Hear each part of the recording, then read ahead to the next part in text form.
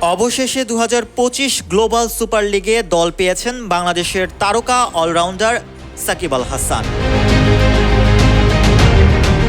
Rangpur Riders দলে না নিলেও সংযুক্ত আরব আমিরাত ভিত্তিক ফ্র্যাঞ্চাইজি দুবাই ক্যাপিটালস দলে জায়গা করে দিয়েছেন এই অভিজ্ঞ ক্রিকেটারকে।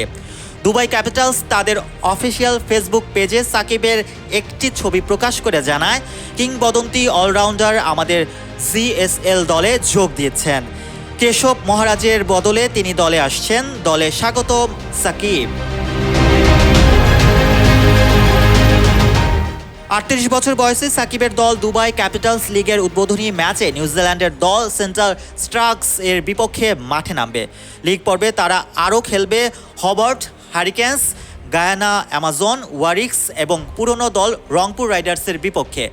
16 জুলাই রংপুরের বিপক্ষে মাঠে নামবেন সাকিব। 5 দলের এই টুর্নামেন্টে প্রতিটি দল একে অন্যের বিপক্ষে একবার করে খেলবে।